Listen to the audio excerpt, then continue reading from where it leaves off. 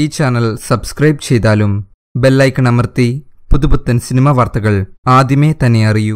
Indian ക്രിക്കറ്റിന്റെ കൺകണ്ട ദൈവം, the living legend, the little master Sachin Ramesh ടെണ്ടുൽക്കറുടെ biographical film Sachin a billion dreams റിലീസായി. ഇത് ഒരു സിനിമയല്ല, അദ്ദേഹത്തിന്റെ ജീവിതമാണ്. ഇതിലെ നായകനും വില്ലനും എല്ലാം അദ്ദേഹം തന്നെ.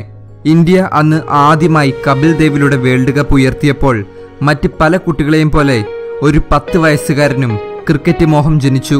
സച്ചിൻ എന്ന കുട്ടി ക്രിക്കറ്റിനെ സീരിയസ് ആയി കാണാൻ തുടങ്ങി. അന്ന് തൊട്ട് 2011 ഇന്ത്യ വേൾഡ് കപ്പ് നേടുന്നത് വരെയുള്ള സച്ചിന്റെ 22 വർഷത്തെ യാത്രയാണ് ചിത്രം. 2013 സച്ചിന്റെ വിരമിക്കൽ പ്രസംഗം ഉൾപ്പെടെ നമ്മൾ സച്ചിൻ്റെതായി കണ്ടതും അതിൽ കൂടുതൽ കാണാത്തതുമായ നിരവധി ക്ലിപ്പുകൾ യഥാക്രമം ചേർത്ത് വെച്ചിരിക്കുന്നതാണ് Sachin a billion dreams. Sachin ഒരു വശത്ത് കഥ പറയുമ്പോൾ അതിന്റെ ദൃശ്യാവിഷ്കാരം, അതായത് റിയൽ ഫുട്ടേജ്, മറുവശത്ത് കാണിക്കുന്നു.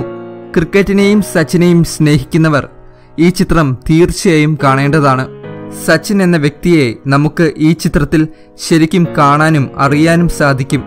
അദ്ദേഹത്തിന്റെ ജീവിതത്തിലെ ഉയർച്ചയിലും താഴ്ചയിലും അദ്ദേഹം അനുഭവിച്ച സന്തോഷവും ദുഃഖവും, ഇങ്ങനെ പല വികാരങ്ങളിലൂടെ ചിത്രം യാത്ര ചെയ്യുന്നു.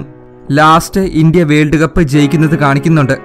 ഇന്ത്യൻ ടീമിന് വേൾഡ് കപ്പ് ഉയർത്താൻ വേണ്ട അവസാന കുറച്ച് റണ്ണുകൾ, ധോണി 6 അടിച്ച ആ നിമിഷം, അതായത് ഇന്ത്യ ജയിച്ചു എന്ന് ഉറപ്പുവരുത്തിയ ആ നിമിഷം, ഇന്ത്യൻ ക്രിക്കറ്റ് ടീമിലെ സച്ചിൻ ഉൾപ്പെടെ എല്ലാവരും ഗ്രൗണ്ടിലേക്ക് ഓടി വരുന്നൊരു നിമിഷമുണ്ട്.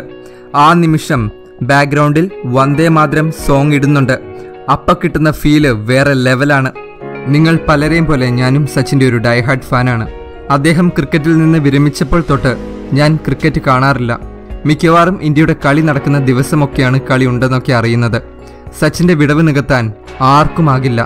എന്തോ ഭയങ്കര ഇഷ്ടമാണ് സച്ചിനെ. അപ്പം സച്ചിനെയും ക്രിക്കറ്റിനെയും ഇഷ്ടപ്പെടുന്നവർ തീർച്ചയായും ഈ സിനിമ കാണുക.